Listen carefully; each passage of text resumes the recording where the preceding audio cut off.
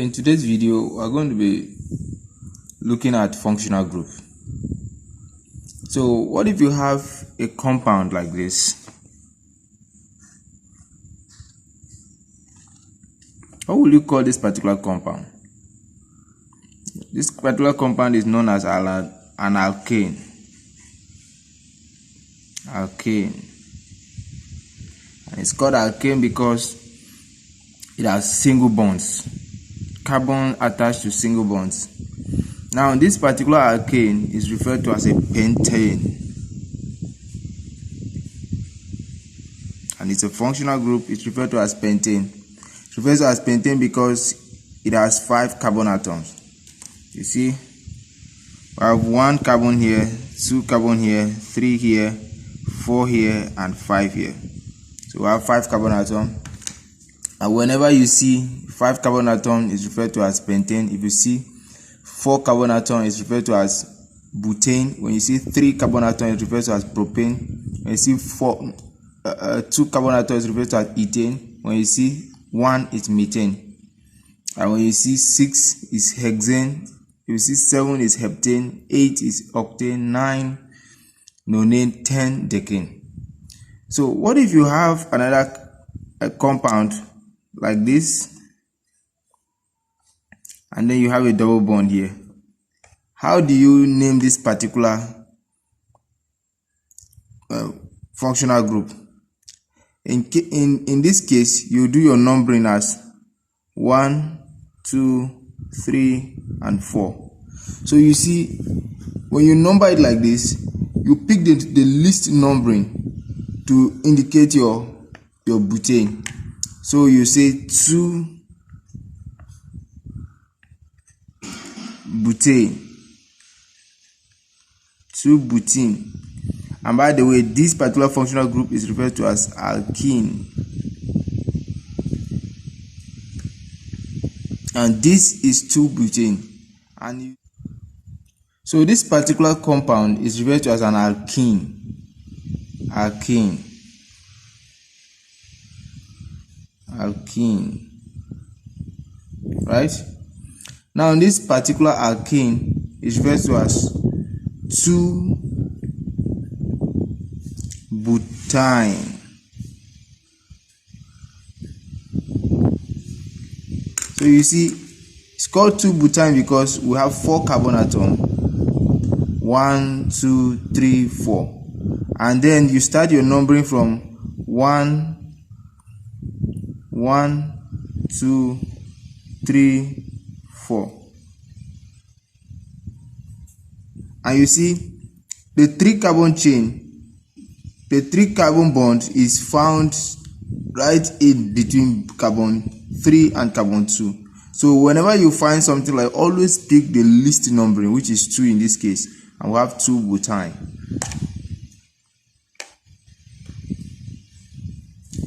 Next, what if we have a compound like this?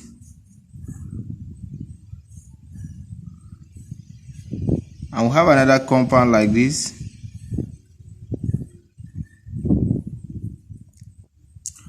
Now, what will you call these 2 compounds? A compound like this and this. Now, both compounds are referred to as cycloalkane.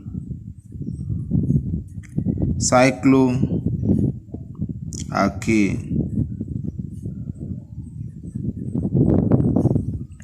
Cycloalkane because 1, they are cyclic, and 2, they have just single bond, so they are referred to as alkane. And this particular cycloalkane, for this first one, its name particularly is referred to as, you call it cyclopentane. Cyclopentane. Right? Now for this other one, we have 1, 2, 3, 4, 5, and 6. Therefore, you call it cyclohexane.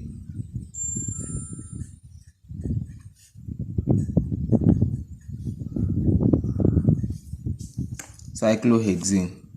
Now, what if you have a compound with alternating double bond? you have a functional group with an alternating double bond. So how do you call this particular functional group? Now this functional group is referred to as an aromatic ring.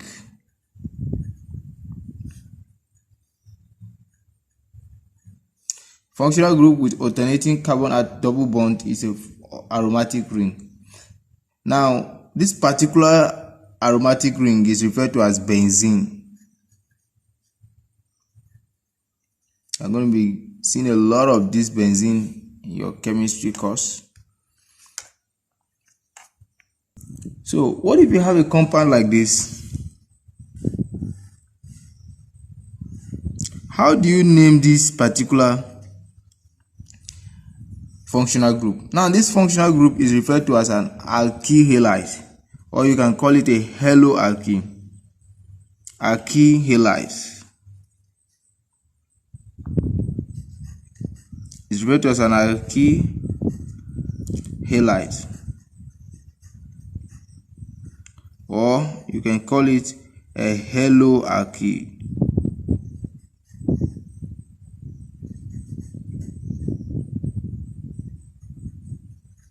Now it's called an alkyl halide or a haloalkyl because one, it's carrying a halogen and then it consists of single bonds, so it's called an alkyl halide or a haloalkyl. Let me write it here.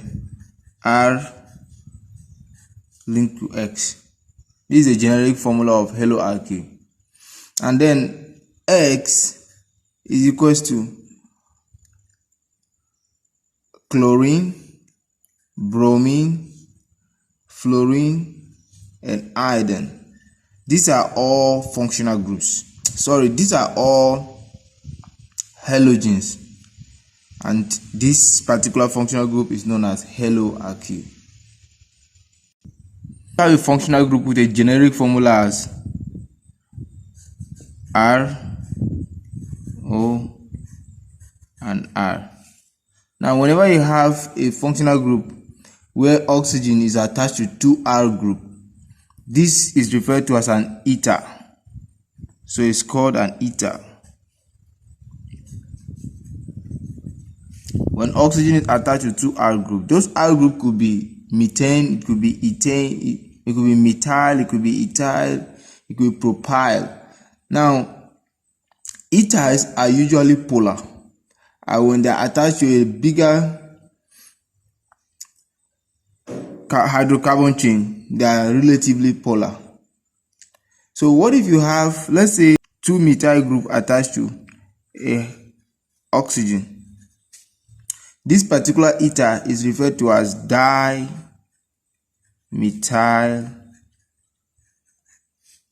ether. This is a dimethyl ether. Now, what if we have a compound like this? It's an OH. What will you call this particular compound? An alcohol. And this particular alcohol, to name it, you do the numbering, and the numbering should be done from the carbon chain that carries the OH, right? So we have, because carrying an OH, you start numbering from where the carbon chain carries the OH. You have 1, 2, 3, and 4. So this is an alcohol, and it's having 4 carbon chain, and the OH is at number 1. The OH can be at any part of the chain, but once it's carrying an OH, it's an alcohol. So now, because it's carrying an OH from number 1, you put it 1 butane. 1 butanol, 1 butanol. This is an alcohol.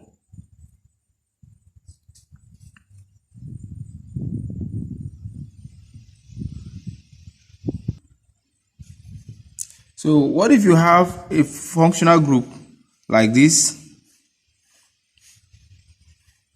and then you have a double bond here to an oxygen? This particular functional group is referred to as a ketone. Whenever you have oxygen double bonded to carbon at the middle of the chain, is referred to as, at the middle any inside the chain is referred to as a keto. This is a keto,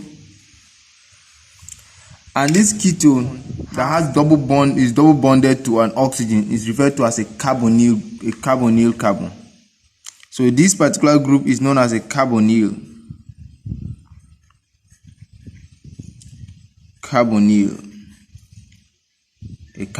group. Put a carbonyl group. Now the whole of this is a ketone, and this particular carbon that is linked to this double bond is known as a carbonyl carbon or a carbonyl group, right? Now to do the numbering of this particular chain, you start from the side that is closer to the carbonyl carbon. So you start with here, you say 1, 2, 3, 4, and 5, right? This is a 5 carbon chain. Now the carbonyl group is on carbon 2, so you put 2 pentanol, 2 pentanol, because it's a ketone, 2 pentanol, right? Now we still have another. What if you have another functional group that is like this?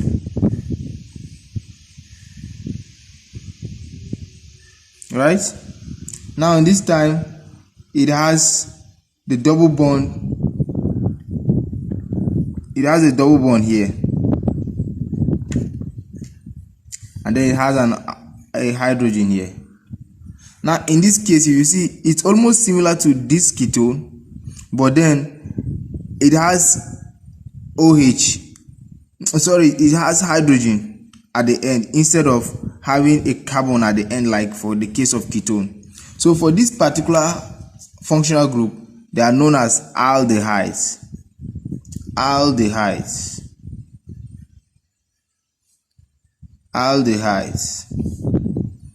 aldehydes,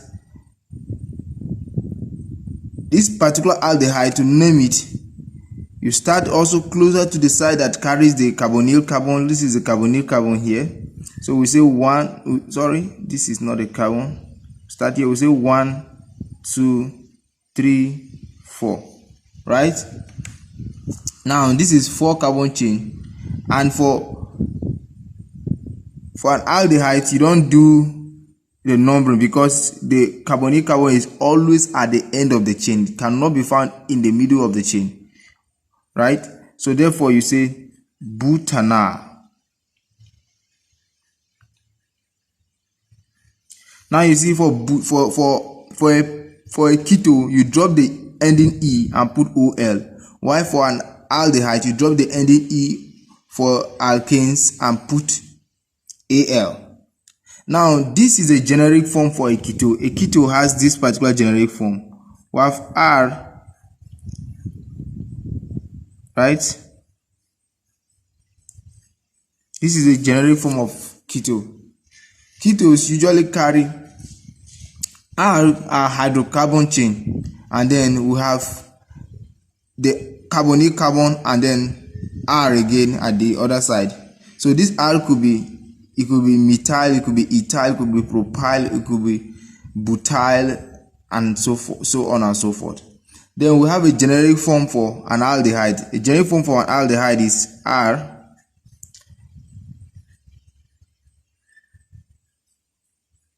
So this is the generic form for an aldehyde. In this case, we have a hydrocarbon functional group. Then we have the carbonyl functional group, the carbonyl carbon, and we have the hydrogen.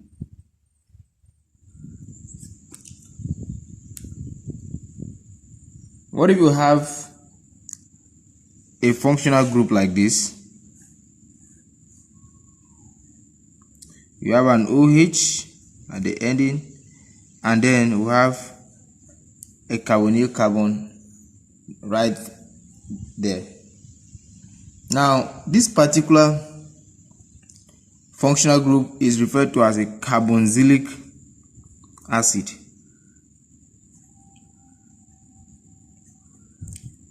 A carboxylic acid. acid. This is a carboxylic acid, and then it has a generic formula of RCOOH. This particular one is referred to as, to do the naming, first you do the counting, count from the side that carries the carbonyl chain and the OH. So we have 1, 2, 3, 4.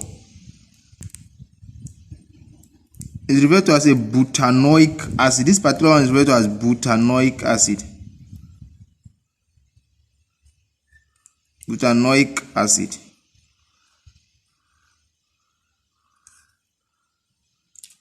Now, what if you have another carbon chain that is similar to this one? In this case, you have something like this, right? So we have a carbonyl carbon here. We have an O. Then we have a CH3. Now, this particular functional group has a generic form of R, C here. We have double bond, and then we have R. Now you see, in the other case we're having an H, but this case we have R. Now these particular functional groups are referred to as esters. Esters. Now, to name these esters, the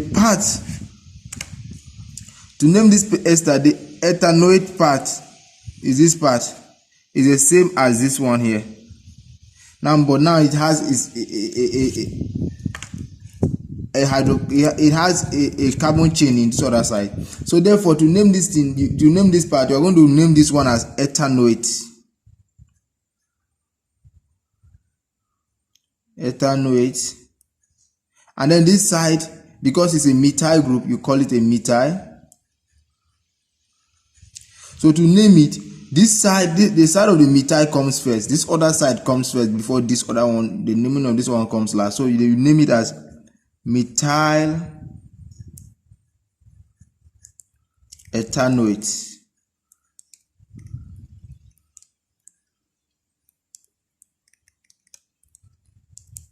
So thank you for watching. This is just the first part of functional groups in organic chemistry. The second part will also do the second part and drop it all in the same channel. And please like, subscribe, share, and please, when you subscribe, hit the notification button. And if you have a specific subject you are finding difficult and you want us to help you out, please, you do well by writing all the subject in the comment section below. I will be so glad to attend to it.